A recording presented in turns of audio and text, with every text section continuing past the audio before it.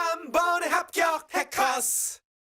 자, 여러분 2023년도 6월 10일 시행된 지방직 한국사 9급 문제 해설을 시작하도록 하겠습니다. 여러분들 시험 치르시느라고 고생 많으셨습니다. 전체적으로 시험들이 모든 과목이 다 좀 쉽게 출제되었다라고 얘기를 하는데, 문제는 뭐 쉽게 출제되었다라는 건 사실이지만 학생들 개개인이 취득한 점수가 더 높아야 되는 문제가 있습니다. 쉽다면 대체로 쉽게 느꼈을 학생들이 많기 때문에 내 점수가 고득점이 나오는 게 중요한 거죠. 한국사의 경우에도 그럴 것 같습니다. 쉬우니까 뭐 예를 들어서 90점을 넘는 학생들도 많이 있을 것 같아요. 그래서 우리가 단순히 쉽다라고만 치부할 것이 아니라 그 쉬운 시험 가운데서 실수하지 않고 틀리지 않고 그래서 고득점을 결과적으로 만들어내는 것이 요즘에 최근에 한국사 시험에서의 관건이라고 생각이 됩니다. 제가 뭐 따로 해설지를 첨부를 하겠지만 그렇게 어려운 부분은 없습니다. 그래서 해설은 이렇게 길게 진행하진 않을 거고요. 여러분들이 좀 더 지엽적인 부분들은 해설지를 참조하시면 좋을 것 같고, 몇몇 조금 그래도 이 정도는 난이도가 있다, 이런 정도의 문제를 위주로 해설을 하도록 하겠습니다. 먼저 출제 현황을 보니까 선사시대가 이제 한 문제가 나왔습니다. 선사시대가 한 문제가 나왔어요. 뭐 구석기 시대에 관해서 하나가 나왔죠. 선사가 한 문제. 그 다음에 이제 고대에서 보니까 이제 진흥왕 관련돼서 뭐 화랑도정비, 이제 그게 이제 문화사와 좀 섞여 있었어요. 왜냐면 역사서가 언급이 됐기 때문에. 그리고 삼국의 여러 가지 비문들이 나왔습니다. 주로 이제 정치사와 문화사가 섞인 문제, 문화사의 문제라고 할 수 있는데, 결과적으로 이제 고대사에서 두 문제가 나왔습니다. 자, 그 다음에 고려시대도 삼별초에 관한 얘기가 나오고, 의천의 활동, 그 다음 동명왕편이 나왔는데, 자, 고려시대가 이제 그렇게 되면 세 개거든요. 근데 여기서 이 동명왕편, 최근에 이제 동명왕편이나 제왕홍기나 삼국유사 같은 자주적 역사서에 대해서 특징을 묻는 문제가 아주 중요합니다. 많이 출제되고 있어요. 사료가 또 나왔기 때문에 앞으로 우리는 이 동명왕편, 또 제왕홍기, 삼국유사 이런 책들은 유의해서 봐야 됩니다. 동명왕편, 이게 좀 그나마 난이도가 좀 괜찮았다. 그래도 난이도가 중 정도는 된다. 나머지는 다 한데. 자, 고려시대가 세 문제 나왔고요. 조선시대에도 이제 임진왜란 당시 의병장 곽재우 나왔고, 이제 뭐 답은 이제 우리 권율 장군을 찾는 거였죠. 그 다음에 시기적으로 임진왜란과 병자호란 사이의 사실들, 조선시대 붕당들. 그 다음에 이제 문화사가 조선에서 두 개가 나왔어요. 세종의 과학기술, 뭐 그 다음에 조선의 과거제도가 나왔는데, 그렇게 보면 조선이 좀 많이 나왔네요. 5문제가 나왔어요.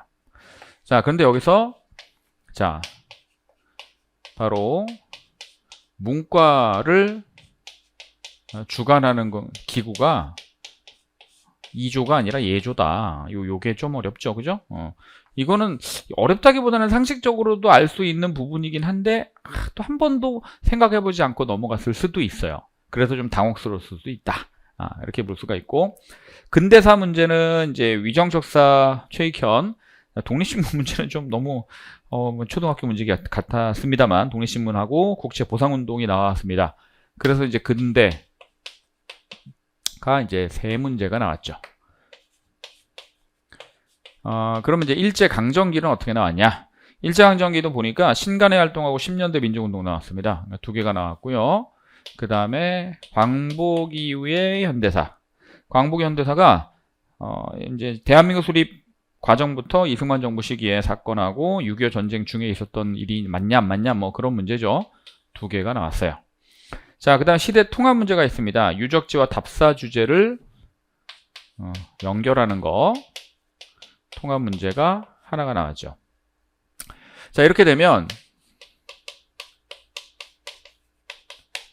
자, 전근대사가 이렇게 해서 6개에다가 11개가 나왔네요. 그죠?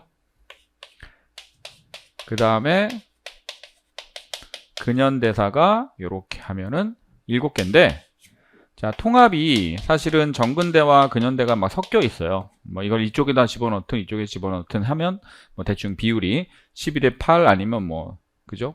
11대, 뭐 계산 잘못했는데요? 이러면 안 맞잖아. 그죠? 6. 그 다음에 11. 맞죠? 3, 2, 7. 뭐가 잘못됐는데? 3, 6, 11. 다음에 3, 3, 2, 1.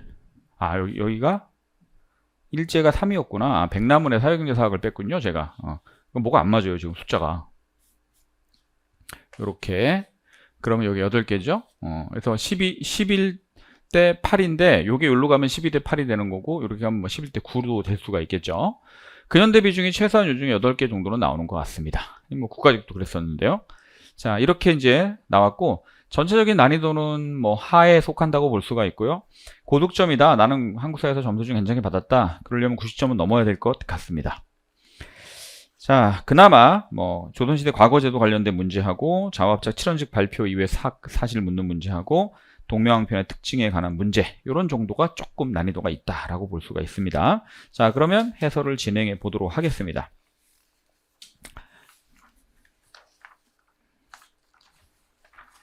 자, 1번 문제는 뭐 따로 얘기할 건 없고요. 연천 전곡리 유적이 나왔습니다. 그죠? 요거 모르는 사람 없잖아요.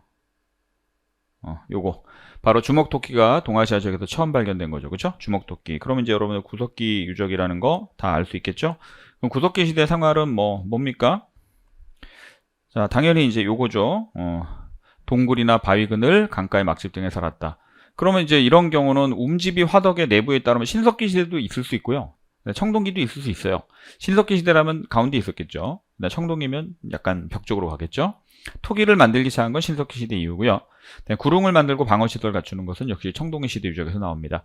뭐 도랑을 파거나 이제 목책을 둘렀다 부여 성공 유적이나 또는 뭐 이런 도랑이 있는 경우는 뭐 울주 검단 유적이나 이런 데서 많이 볼 수 있는 겁니다. 자, 2번 문제입니다. 자, 군사조직 문제입니다. 자, 이것도 여러분 삼별초라는 거 모르는 사람은 없었을 것 같습니다. 그죠? 대몽항쟁과 관련돼서 나왔으니까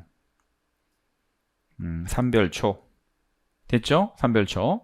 그러면 삼별초에 관해서 여러분 최후가 만든 거 아시잖아요. 처음에 최후가 야별초라고 개경의 순찰을 위해서 만들었고 부대가 커지니까 좌별초와 우별초로 나눴다가 몽골과 전쟁 과정에서 포로로 끌려갔다 돌아온 군인들을 신의군이라고 하죠. 그래서 그 신의군을 묶어서 만든 거 아닙니까? 그죠? 그러면 답은 도적을 잡기 위해서 야별초에서 시작이 되었다가 되는 겁니다. 뭐 이런 건 이제 여러분 훈련도감이라는 거 아실 거고요. 이거는 이제 별무반, 그쵸? 그 다음에 오도 양계 지역의 군대를 보면 오도에는 주현군이라고 하고 양계 지역에는 주진군이라고 합니다. 그래서 주진군이라고 답을 해주시면 돼요. 3번 문제입니다. 자, 이건 위정척사 파트에서 항상 사료를 제가 강조를 합니다. 이건 수업 시간에 매번 얘기하잖아요. 사료만 가지고 우리가 알아야 된다. 이렇게 얘기를 하는데 1860년대 이항로에 상소하고 70년대 지금 이 계양 오불가소 지부 복걸 척화의 상소라고도 하죠. 강화도 조약이 체결되기 직전에 최익현이 도끼를 쥐고 광화문 앞에 엎드려서 상소하는 내용입니다. 외양일체론을 얘기하고 있죠. 저들이 비록 외인이라 하나 실은 양적입니다 라고 얘기하고 있습니다. 1860년대는 뭐라 그랬어요? 통상반대 척화주전론. 70년대 외양일체. 그 다음에 80년대는 영남 만인소로 대표가 되는 것이고 90년대 항일의병으로 을미의병으로 가는 거죠. 자, 이 상소는 최익현의 상소입니다. 그런데 박교수, 김홍직, 김윤식은 모두 개화파들이잖아요. 그렇죠? 그중에 이제 온건이냐 급진이냐 뭐 이런 사람은 급진 개화파죠. 갑신정변을 주도했으니까. 김홍집이나 김윤식은 이제 온건 개화파 쪽이죠. 개화파 인물들하고 위정척사 인물 한 명 있습니다. 이거 모르더라도 이 3명 개화파인데 이 사람 혼자 위정척사예요. 이거를 못 찾을 리는 없겠죠. 자, 이 문제는 제가 이제 이번 공무원 문제에서 제일 좀 어처구니가 없었던 문제입니다.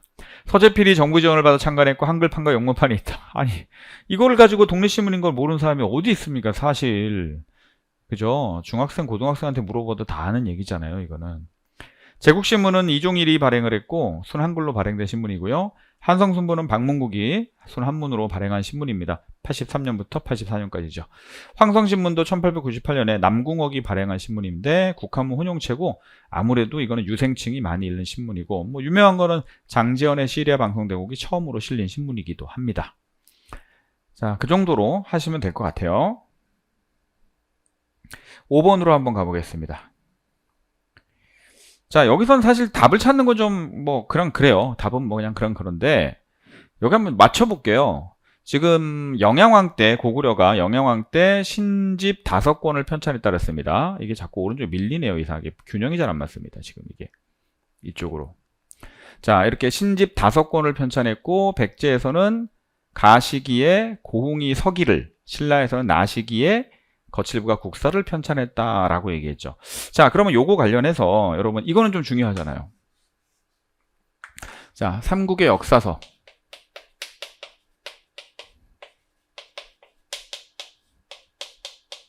요거는 원래 좀 중요한 주제이긴 합니다. 자, 그래서 고구려는 신집 5권인데 이문진이 편찬했고요. 이 시기의 왕은 영양왕입니다. 영양왕. 그러니까 서기 600년 됩니다. 자, 그 다음에 자, 백제는 서기라는 책을 박사 고흥으로 하여금 편찬하게 합니다. 자, 이때 왕은요, 근초고 왕입니다. 그러면 이제 여러분들 빈칸에 가에는 근초고 왕이 들어가는 거죠. 자, 그래서 뭐 대략 이 정도 됩니다. 그 다음에 신라는 국사라고 합니다. 국사. 그러니까 요거는 이제 여기 좀 겹치니까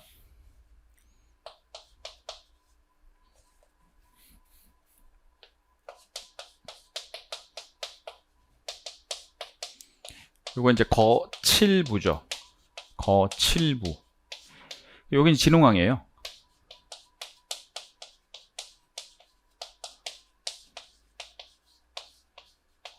그러니까 이제 이게 기호로 나가 되겠죠. 그죠? 감안하는 근초고왕과 진흥왕의 업적을 결국은 찾는 겁니다. 맞죠? 그러면 국호를 남부여로 바꾼 사람은 누구였어요? 성왕이었잖아요. 성왕. 그러니까 안 돼요. 그다음 동진으로부터 불교를 받아들여 공인한 사람이 누굽니까? 침류왕입니다. 이것도 안 돼요. 침류왕이라서 안 되는 거고.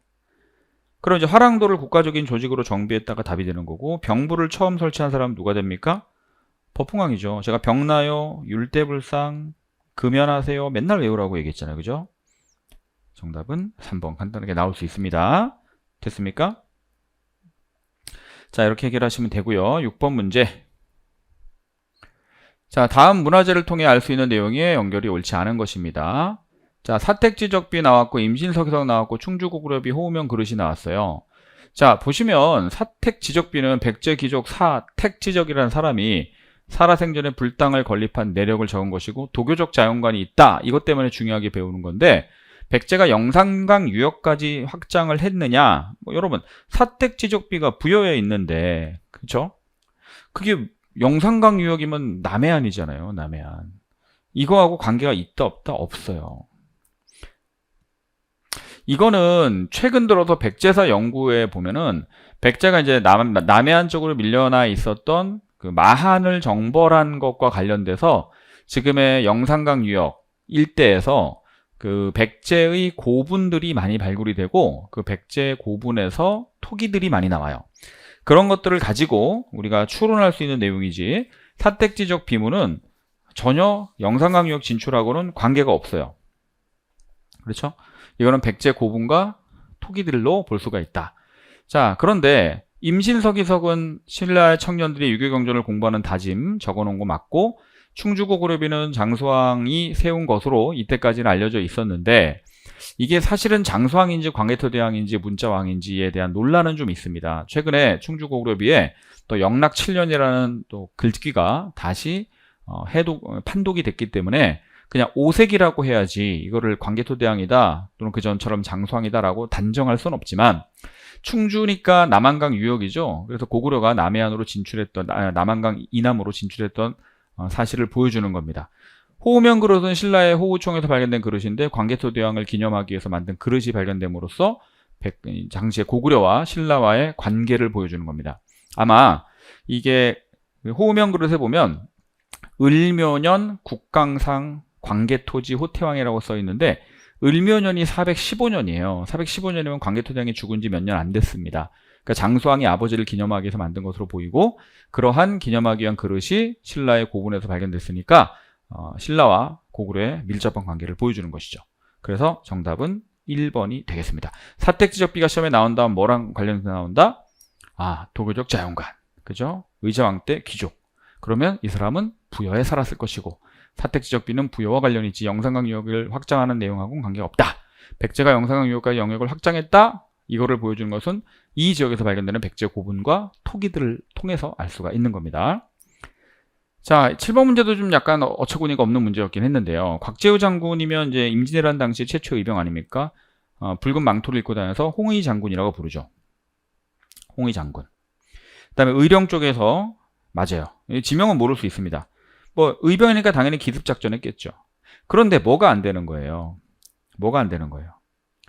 여러분, 이거. 아니, 제가 임진왜란의 3대 대첩 얘기했잖아요. 그렇죠?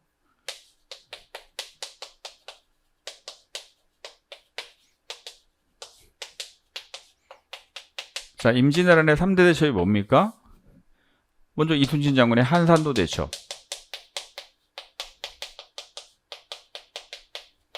그쵸? 이순신. 그 다음에 어디요? 진주 대첩.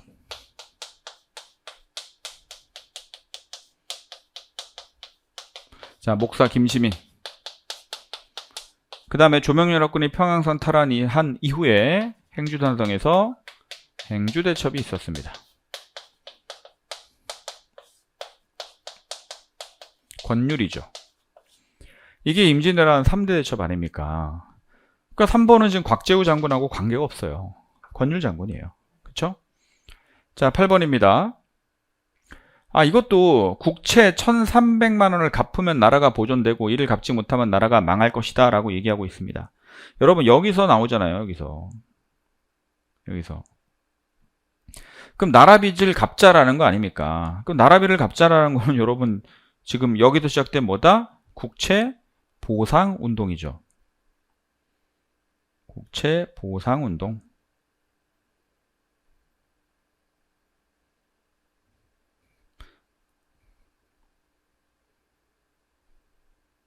그죠? 국채 보상 운동입니다.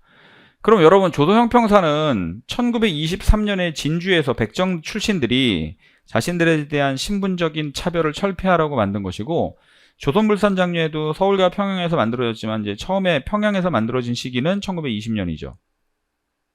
조만식이 만든 거. 23년에 서울에서 만들어지고, 신사참배거부 운동은 여러분 민족 말살통치 시기에 있었던 일 아닙니까? 그럼 대한매일신보라는 신문 자체가 1898년부터 1910년 사이에 발행됐던 신문이고요.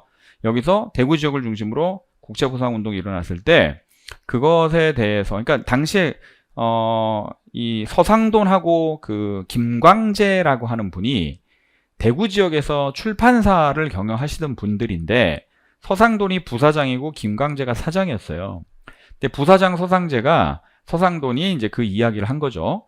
그래서 이제 사장이 거기에 호응을 했고, 그 다음에 당시에 마침 이 서상돈과 김광재가 운영하는 출판사가 대한매일신보의 그 대구 지역의 발행 총판 역할을 하고 있었어요. 그래서 이 국채보상 운동에 가장 적극적으로 나섰던 신문이 또 대한매일신보인 겁니다. 아시죠? 1907년에 대구에서 시작이 됐습니다. 자, 그 다음에 9번 문제. 조선시대 과거 시험에 관한 얘기입니다. 문과, 무과, 잡과가 있었는데 이 가운데 문과를 가장 중시하였다. 경우태전에 따르면 문과 시험 업무는 어디서 주관한다는 거예요? 이 예조예요, 예조. 그리고 정기시험인 식년시는 3년마다 보는 거죠. 근데 이 문제는 사실 어렵진 않는데 학생들이 공부를 하면서 조선시대 과거 시험, 특히 문과의 주관이 어디지? 6조 중에 2조가 제일 높으니까 2조가 하는 거 아닐까? 그러니까 아니죠. 시험은 예조가 담당합니다. 예를 들어서 성균관 학생들 중에 한 달에 한 번씩 시험 봐서 우수한 학생들을 뽑아가지고 대과 초시를 면제해주는 그것도요, 예조에서 주관하는 거예요. 예조 판소가 직접 국왕에게 보고하면 국왕이 그 두 사람은 면제를 해주는 겁니다. 그래서 예조에서 주관하는 것이고요. 식년시는 3년마다 하는 겁니다. 2조는 이제 인사에 관한 권한을 가지고 있는 것이죠. 자, 그 다음에 10번 문제인데요. 이 문제가 그래도 좀 괜찮았어요. 제가 봤을 때는. 왜냐하면 일단 사료가 중요합니다. 그죠? 10번의 사료는 좌우합작 7원칙이에요.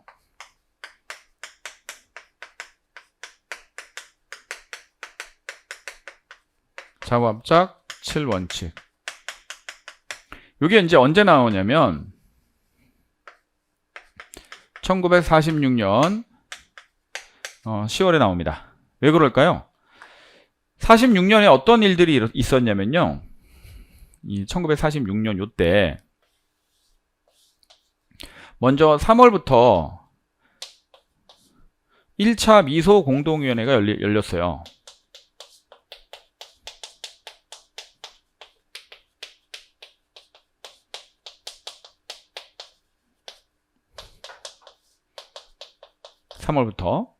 자, 근데 5월에 끝났죠.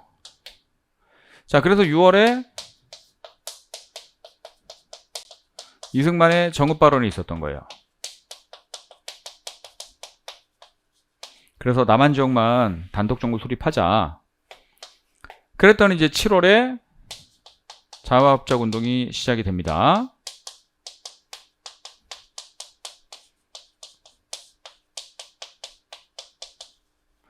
자, 자화합작위원회가 출범을 하고 그 다음에 10월에 7원칙이 나온 거죠. 이해되세요? 자, 그러면 보세요.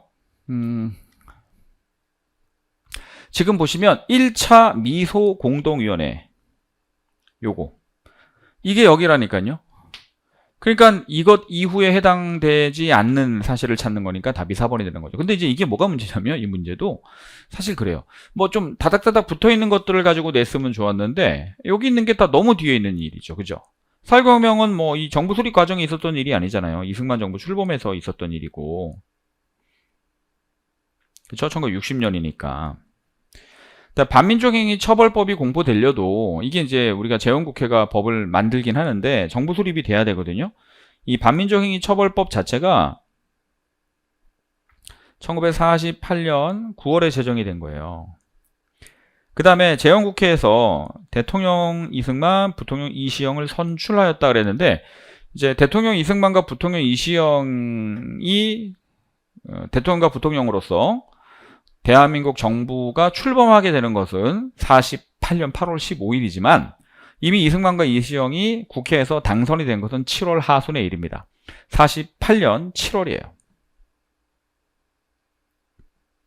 그래서 7월에 이미 당선이 되어 있었고 8월 15일 날 정부가 이제 수립이 된 겁니다. 자, 전부 다 그 이후에 있었던 일이고요. 1차 미소 공동위원회만 그 전에 있었던 사건이다라는 거죠. 자, 이것도 워낙 많이 나오는 제시문이었습니다. 그는 화엄종을 중심으로 교종을 통합하고 해동 천태종을 창시하여 선종까지 포섭하려 하였다. 이거잖아요. 그렇죠?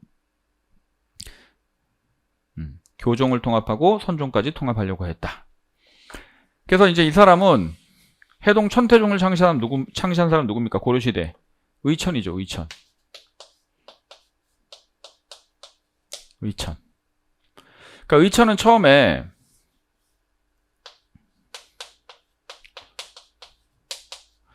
교종의 대립을 통합을 합니다. 화엄종과 법상종의 대립을 이제 화엄종을 중심으로 통합을 하죠. 원래 화엄종의 가장 라이벌이 법상종이거든요. 이제 흥왕사에서 이걸 하고 그 다음에 교선 통합, 교종과 선종의 통합을 위해 노력을 하죠. 그래서 우리나라에는 이제 천태교화근이 있었지만 천태종이 종파로 성립되지 못했었는데 이때 청태종을 창시를 합니다. 창시 또는 창종하죠. 그 다음에 이제 저서 중에 좀 많이 나오는 게 심편, 재종, 교장, 총록입니다. 그죠? 요걸 가지고 뭐 만들어요? 교장을 편찬하게 되는 거죠. 교장 편찬한다. 우리가 이제 흔히 속장령회라고 부르는 건데, 자, 그리고 천태종 창시하고 교선 통합을 위해서 이 사람이 주장했던 교리가 있어요. 내적인 공부와 외적인 공부를 겸전해야 하며 교와 관을 겸해서 수행해야 하며 지극히 마음을 모아 집중해야 된다라고 하는 지관, 이런 것들을 강조를 하죠. 맞죠? 그래서 답은 이제 뭐냐면, 자, 이론적인 교리 공부와 함께 실천적인 수행을 아우를 것을 주장하였다가 답이 되는 거고요. 왜냐, 이론적인 공부, 교리 공부가 이제 교종에서 강조하는 것이고, 실천적인 수행. 항상 제가 수업 시간에 얘기합니다. 이 실천적인 수행이라고 얘기할 때 이걸 참선 수행이라고 꼭 번역을 해라. 제가 항상 말씀드리죠. 실천 수행이라는 게 참선 수행을 말하는 겁니다. 그러니까 이제 교종의 방법과 선종의 방법이 모두 필요하다.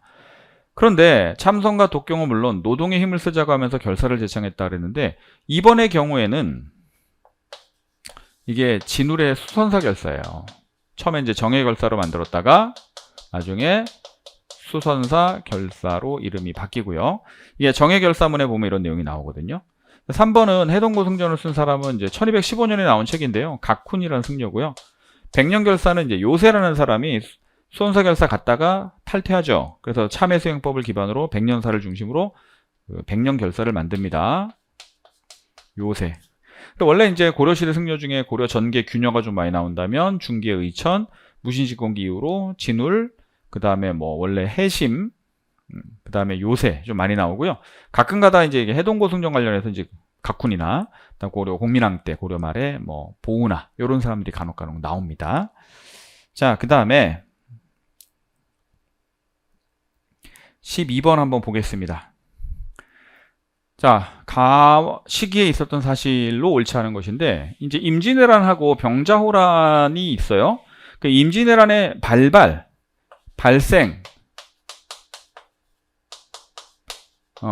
시기는 1592년 아닙니까? 4월. 그쵸? 그 다음에 병자호란은 발생이 1636년 12월이죠. 그럼 지금 요거 사이에 있어야 되는 겁니다. 옳지 않은 걸 찾는 거예요. 그러면 이제 인조반정은 뭐 당연히 이거는 광해군에서 인조로 바뀌는 거니까 다이에 뭐 들어가겠죠. 그죠? 당연히 들어갑니다. 자, 영창대군이 사망했대요. 영창대군이 사망한 거는 이제 언제냐면은 영창대군이 임목대비의 아들입니다. 아시죠? 근데 광해군이 원래 그 세자로 책봉되는 것도 결국은 신성군 때문에 안 될 뻔하다가 임진왜란이 발생하는 바람에 된 건데, 전쟁이 끝난 다음에 두 번째 왕비였던 임모광후가 낳은 영창대군에게 세자 자리를 뺏길 위기에 처해 있었어요. 그러나 이제 어쨌든 광해군이 왕이 되고 나서 영창대군을 왕으로 만들려고 하는 영모 사건이 있었다. 뭐 그래가지고 개축옥사라는 사건이 일어납니다. 개축옥사. 오케이? 그래서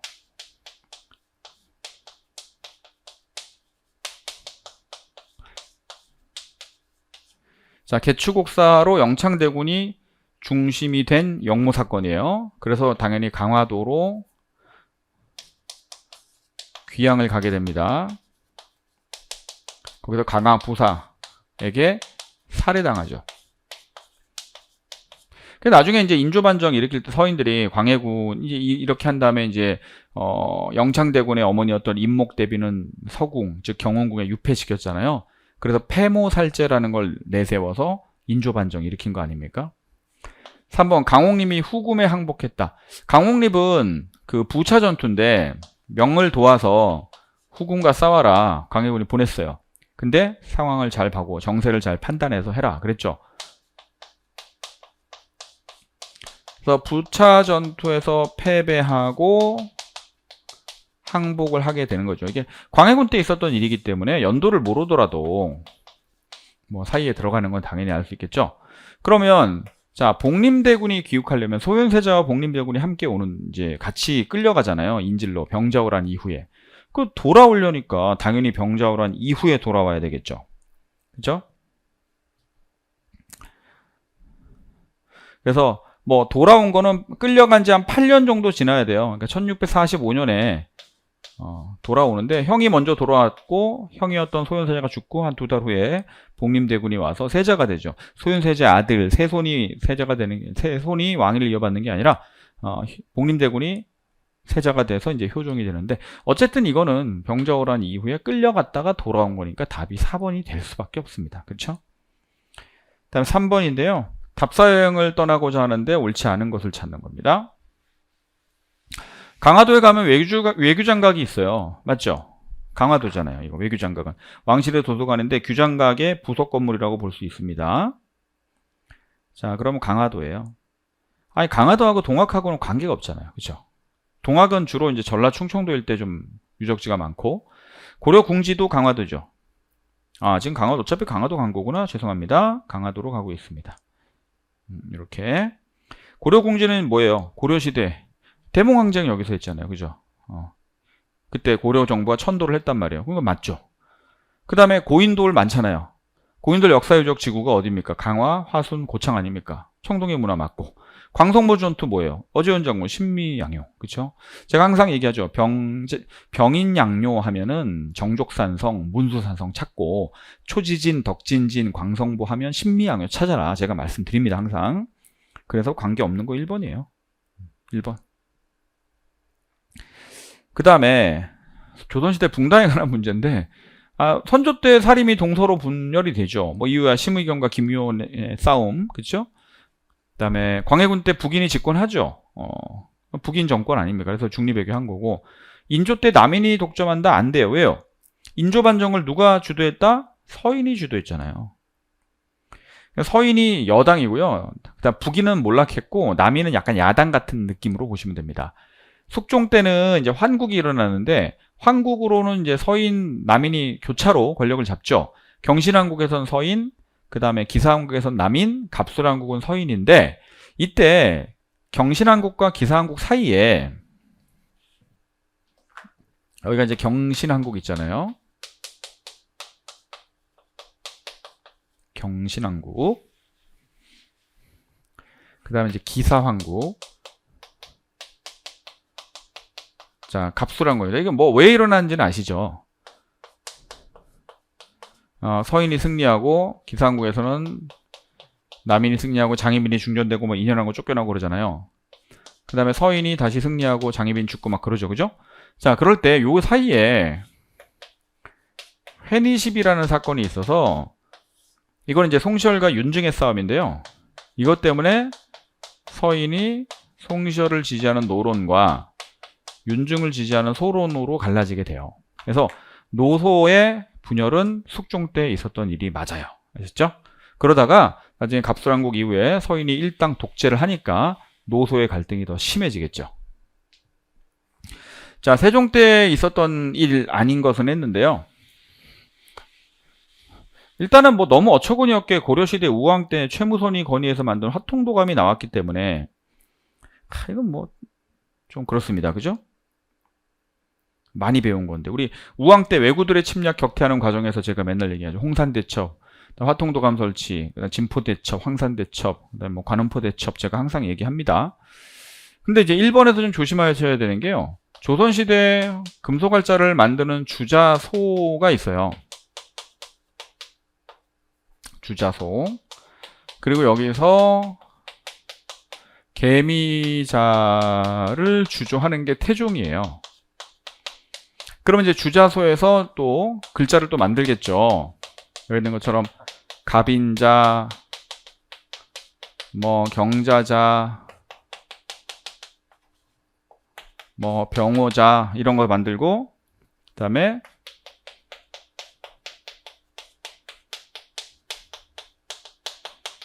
뭐 식자판 조립 방식을 개발한다. 요런 거를 주자소에서 하면 이건 세종이에요.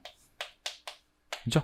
그래서 갑인자가 맞고요. 실정사는 뭐 너무 여러분 잘 알 것이고, 그다음에 세종대왕 때 보통 이제 그 시계, 뭐 자경루나 앙부일구 같은 것도 유명하지만 천체를 관측하는 간의, 혼의 이런 걸 만드는 거, 뭐 풍기대, 바람 이런 거 중요하죠. 장형실도 아셔야 되고 16번. 이건 사료를 제가 중요하다고 맨날 얘기합니다. 이건 모르면 안 된다. 그렇죠? 이 사료를 모르면 안 됩니다. 이건 뭐예요? 신간의 3대 강령 아닙니까? 신간의 강령이에요. 우리는 정치적, 경제적 각성을 촉진한다. 우리는 단계를 공고해야 한다. 우리는 기회주의를 일체 부인한다. 그러니까 자치론에 대한 이야기를 하는 거죠. 그러면 신간회가 1927년에 생겼잖아요. 그래서 1931년에 해소됩니다. 자, 그러면 여러분 1번은요. 아니, 밀립대학 설립운동 자체가 이미 신간회 이전에 끝났잖아요. 그러니까 조선 밀립대학 기성회는 22년이라 볼 수도 있고 23년이라 볼 수도 있는데, 왜냐하면 밀립대학 기성회가 창립되고 모금운동을 하게 되는데 뭐 빨리 보면 22년, 좀 늦게 보면 23년이라고 봐도 뭐 크게 상관은 없어요. 어쨌든 밀립대학 설립운동 자체가 1924년에 경성제국대학이 설립되면서 좌절되기 때문에 최소한 그 이전이에요. 그러니까 안 돼요. 그 다음에 파리강화회의는 여러분 1919년에 열린 거예요. 1차 대전 이후에. 여기에 이제 신한청년당에서 김규식을 대표단으로 보내죠. 시기적으로 안 맞아요. 그러면 이제 3번은 왜 안 되냐면 60만세 운동 자체가요. 순종의 장례식 때 학생들이 일으키는 운동인데, 항일운동인데 26년입니다. 오히려 60만세 운동 때 체포되긴 했지만 당시에 조선공산당과 천도교 구파 계열이 참여를 했기 때문에 그 좌우가 연대를 했던 경험이 신간회 창립에 영향을 줄 수는 있지만 시기적으로 그 전이에요. 그럼 신간회 활동 중에서 제일 중요한 게 뭡니까? 바로 광주 학생항일운동에 진상조사단을 보내고 민중대회를 계획했던 거 아닙니까? 요거랑 갑산 화전민 항일운동이나 또는 원산 총파업 같은데 신간회가 다 관여를 합니다. 29년. 시기만 알고 있어도 풀 수는 있어요. 자, 그 다음에 17번인데요. 제가 이제 가장 좋다고 느꼈던 문제가 바로 이 17번 문제입니다. 참고로 요번 문제 중에서 제일 좋다고 느꼈던 문제, 아주 좋아요. 일단 동명왕에 관해서 이야기하고 있어요. 주몽에 관해서 이야기하고 있습니다. 이규보라는 사람이 원래 그 이규보가 살았을 때는 구삼국사라는 책이 있었다는 거예요. 아마 거기에 고구려 동명왕 봉기를 보니라고 되어 있는 부분으로 봐서 구삼국사라는 책도 아마 기존체로 쓰여졌던 것 같습니다. 그런데 그 신기한 사적이 세상에서 이야기하는 것보다 더하였다. 그러나 처음에는 믿지 못하고 귀신이나 환상이라고만 생각하였는데 두세 번 반복하여 읽어서 점점 근원에 들어가니 환상이 아닌 성스러우며 귀신이 아닌 신성한 이야기다. 그러니까 구삼국사의 고구려 봉기에 나온 내용이 좀 허황되다고 생각한 김부식은 삼국사기 고구려 봉기에서는 그것을 윤색을 좀 했죠. 이렇게 약간 좀 덤덤하게 씁니다. 제가 그래서 해설지에 그걸 실어놨는데, 예를 들어서 지금 여러분 뭐 해설지 한번 보시면 동명왕편에 소개된 구삼국사 인용 부분에서 뭐 고구려 이제 뭐 이런 내용이 있어요. 뭐 7월 검은 구름이 골령에서 일어나 사람들이 그 산을 볼 수 없었다. 수천 사람의 소리가 나 무슨 토목 공사를 하는 것 같았다. 왕이 말하기를 하늘이 나를 위하여 성을 쌓는다라고 하였다. 7일 만에 구름 관계가 흩어지고 나니 성곽과 궁실과 누대가 저절로 완성되었다. 7일 만에 뭔가 신비한 사적이 쭉 일어나서 성이 완성 짜잔 되는 것처럼 이렇게 좀 신비하게 썼죠. 근데 이 내용을 삼국사기는 어떻게 쓰냐? 동명성왕 4년 여름 4월에 구름 관계가 사방에서 일어나 사람들은 7일 동안이나 빛을 분별하지 못하였다. 가을 7월에 성곽과 궁실을 지었다. 아주 덤덤하죠.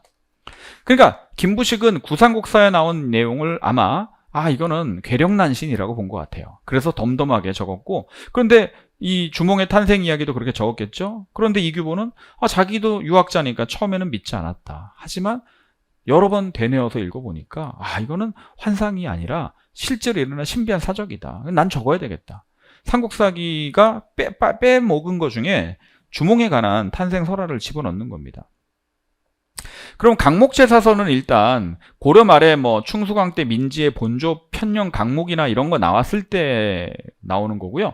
제가 참고로 얘기했죠. 강목체로 쓴 사서는 책 이름에 강자나 목자 또는 강목이라는 글자가 반드시 들어갑니다. 동사 강목, 그죠? 뭐 여사 제강, 동국 통감 제강, 그죠? 이런 식으로 동사 회강 이렇게 또 본조 편령 강목 이렇게 꼭 들어간다고요. 아셨죠? 고려 말 이후에 나와요. 그러면 상구부터 퉁료랑 때까지 역사를 서사시로 기록했다. 이거를 찾는 사람이 되게 많았는데 조심하셔야 돼요. 동명왕편은 주몽에 관한 이야기지 당군조선은 없어요. 충렬왕까지 쓴 거 아니에요. 이거는 삼국 유사죠, 유사. 그쵸? 삼국유사가 아니라, 죄송합니다. 삼국유사가 아니라 요거는 제왕운기죠. 역사 서사시로 기록했으니까. 그리고 단군 신화와 전설 등 민간의 전승의 자를 강범이 수록했다. 다시 단군에 관한 이야기는 삼국유사와 제왕운기에 있어요. 근데 단군부터 고려 충렬왕까지 역사를 시로 적은 것은 제왕운기, 이승유의 제왕운기고, 그러니까 고려시대 역사서 문제가 좀 어렵게 나온 겁니다. 그나마. 그다음에 단군 신화 등을 적었다. 삼국유사죠. 그러니까 이제 요거잖아요. 김부식의 삼국사기에 동명왕의 신이한 사적이 생략되어 있다고 평하였기 때문에 본인이 쓴 거죠. 이규보가. 10년대 사실로 옳은 것은, 아니 이거는 참, 조선독립동맹은 여러분 화북에서 1942년에 만들어진 건데요. 맞죠? 김원봉의 의용대 본부가 한국광복군 참여해버리니까 독립동맹 만든 거, 의용군 된 거 아닙니까? 삼부의 성립은 참의부부터 하면 1920년대인데 23년에서 25년이에요. 그죠? 그다음 조선혁명군이 영릉가 전투를 했다. 언제입니까? 30년대 전반기 아닙니까? 한중연합작전. 그죠? 근데 이게 뭐 항일운동 관련해서 이제 무장투쟁 나와서 반가웠는데, 참 너무 좀 시대가 동떨어져 있죠. 1912년에 독립의군부를 만들었거든요. 제가 10년대 비밀결사 중에 임병찬의 독립의군부와 그다음 박상진의 대한강복회만 알면 된다 그랬잖아요. 그리고 나머지는 이제 20년대 봉천간자 산미통, 봉오동 청산리, 뭐 간도참변 이런 거 쭉 가다가 3부 성립 가는 것이고, 그 다음에 이제 나중에 3부가 통합이 되잖아요. 북만주의 혁신위회와 남만주의 국민부로. 그래서 혁신위회 쪽에서 나중에 한국 독립군을 만들고요. 그 다음에 국민부 쪽에도 조선혁명군을 만드는데, 만주사변 이후에 한중연합작전입니다. 또 북만주에서는 한국 독립군과 중국의 호로군 등이 연합을 해서 상성보 대연자련 전투 등이 있고, 남만주에서는 조선혁명군이 중국의 의용군과 결합하여 영릉과 흥경성 전투 등을 하는 거죠. 그리고 이건 아까도 말씀드렸지만 38년에 한코에서 만들어진 조선의용대가 중국 관내적의 최초의 한국인 독립군 부대가 되거든요. 근데 의용대 본부가 40년 3월에 충칭으로 국민당이 있는 곳으로 가요. 그리고 5월에 임시정부가 한국 독립당을 재조직해서 9월달에 들어와요. 들어와서 조선의용대 본부가 있는데도 불구하고 임시정부가 한국 광복군을 40년 9월에 창설을 해요. 그리고 김원봉이 충칭으로 갔을 때 여기에 반발해서 따라가지 않았던 사람들이 이미 41년에 조선의용대 화북지대를 만들어 놓고 있었어요. 그런데 이제 한국 광복군이 창설되니까 김원봉이 좀 있다가 42년 5월에 한국 광복군에 합류를 해요. 부사령관이 되죠. 그렇죠? 그러니까 저 위에 있었던 화북지대는 거기에서 조선 독립동맹을 만들고 42년 7월에 그래서 조선의용대 화북지대가 조선 독립동맹 산하의 부대인 조선의용군으로 개편이 됩니다. 그래서 나중에 일제패망 이후에도 국공내전에서 공산당 편을 들어서 싸우다가 중국이 49년에 공산화되고 나면 이 의용군 세력들은요 북한으로 넘어가는 거죠. 그때 나온 거예요. 그다음에 요것도 뭐 어렵다고 느끼는 분이 있을 수는 있는데요. 사실 우리가 되게 많이 다뤘던 겁니다. 그렇죠? 우리 역사가 세계사적인 일원론적인 역사 법칙에 의해 다른 민족과 거의 같은 궤도로 발전 과정을 거쳐왔다라고 하는 이 부분에서 보셔야 돼요. 맞죠? 일본이 그 식민사관에서 이런 얘기를 합니다. 우리 한국의 역사가 고대 사회에서 정체되어 있다라고 이야기를 해요. 정체성론을 이야기합니다. 그러니까 원시 공동체 사회에서 고대 노예제 사회를 거쳐서 중세 봉건제 근대 자본주의 사회로 이행할 것이다. 이행해왔다. 세계사의 이게 보편적 발전 과정이라고 이야기하는 겁니다. 아셨죠? 이게 뭐라고요? 식민사학에서 얘기하는 세계사의 물론 뭐 식민사학만 얘기하는 건 아니고 서구 열강들이 이렇게 얘기하고 있었죠. 보편적 발전 과정이라고 떠들고 있습니다. 자, 이렇게 떠들고 있는데, 그런데 이제 일본이 그러는 거죠. 우리 역사는 이 단계가 있고 이 단계가 있으나 중세가 없다. 그러니까 근대도 없다. 그래서 여기까지만 발전해 오다가 이렇게 정체되어 있다. 그래서 일본이 식민 지배함으로써 근대 사회로 진입시켜줬다. 뭐 이딴 얘기거든요. 여기에 대해서 아니다. 우리 역사가 고대 사회에서 정체되어 있는 특수한 역사가 아니라 세계사적인 일원론적인 역사 법칙에 의해 다른 민족과 거의 같은 궤도로 발전 과정을 갖춰왔다. 이 단계가 모두 우리 역사에 있다라는 얘기를 하는 거예요. 그러면 이 정체성론을 박살내는 거죠. 그렇죠? 그럼 이게 누구예요? 백나문이 조선사회경제사 등의 책에서 우리나라에서 동양적 봉건사회가 존재하며 조선후기 근대 태동이 있다고 주장합니다. 그래서 우리가 정체되지 않았다라고 얘기를 하죠. 근데 백나문은 사회주의자 아닙니까? 역사의 진보는 오로지 물질을 통해서 가능하다. 물질적 생산, 유물사관. 답이 되는 거죠. 민족 정신으로 국혼을 강조한 분은 박은식이고요. 조선의 어를 강조한 분은 정인보입니다. 진단학회를 조직한 사람들은 실증사학자들이니까 진단학회면 뭐 이병도나 손진태 등을 찾아주면 되겠죠.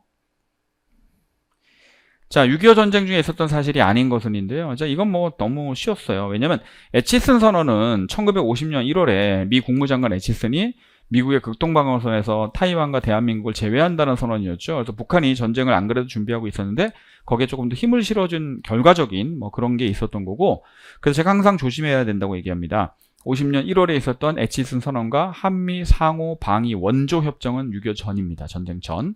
전쟁 끝나고 나서 이제 한미 상호 방위 조약이 있죠. 그리고 인천 상륙작전은 너무나 잘 알 건데 요게 발췌 개헌안이 통과된 게 52년 7월이에요. 6.25 전쟁 중에 피난수도 부산에서 한 겁니다. 왜냐하면 48년 5월에 출범한 우리 재헌 국회가 임기 2년입니다. 그래서 50년 5월에 선거를 했어요. 6.25 전쟁 이제 바로 직전이죠. 그때 이제 무소속이 너무 많이 뽑힌 겁니다. 60% 됩니다. 근데 무소속으로, 그러니까 국회의원들이 대통령을 뽑는 방식이었잖아요. 재헌국회에서는. 그래서 이제 50년의 국회 상황은 무소속이 많아졌고, 대통령 임기는 48년에서 52년에 끝나죠. 그러니까 52년에 그럼 국회 상황이 이승만을 지지하지 않는 무소속이 너무 많은 거죠. 그렇게 해서는 당선이 안 될 것 같으니까 차라리 국민투표로 바꾸자. 대통령 직선제 국회 양원제 개헌안을 제출했는데 부결됐어요. 그런데 이제 그 야당에서 거기에 대응하기 위해서 내각제 개헌안을 준비하고 있었는데 피난수도 부산에서 국회의원들 한 50명 가까이를 납치를 합니다. 그게 이제 5.16 부산정치파동이고, 그리고 계엄령을 선포하고 군인들을 국회의사당에 총을 가지고 이렇게 감시하게 한 다음에 기립표결로 발췌 개헌안을 통과시켰는데요. 이게 왜 그러냐면 자기네들이 한번 제출했던 직선제 개헌안이 부결됐잖아요. 그러니까 자기네들이 부결된 법안 중에 직선제안을 발췌하고 야당이 준비하던 내각제안 중에 일부를 발췌해서 새롭게 이제 만든 거죠. 그래서 그것을 통과시켰어요. 이게 52년 7월입니다. 그리고 8월 5일 날 선거를 해서 조봉암을 이기고 이승만이 2대 대통령에 당선이 된 거죠. 그래서 에치슨 선언은 6.25 전쟁 전에 1950년 1월에 있었던 그런 사건이다. 자, 이렇게 해서 해설을 해봤고요. 여러분들 자세한 해설은 제가 해설지를 첨부했으니까 그걸 참조하시면 됩니다. 여러분 고생하셨습니다.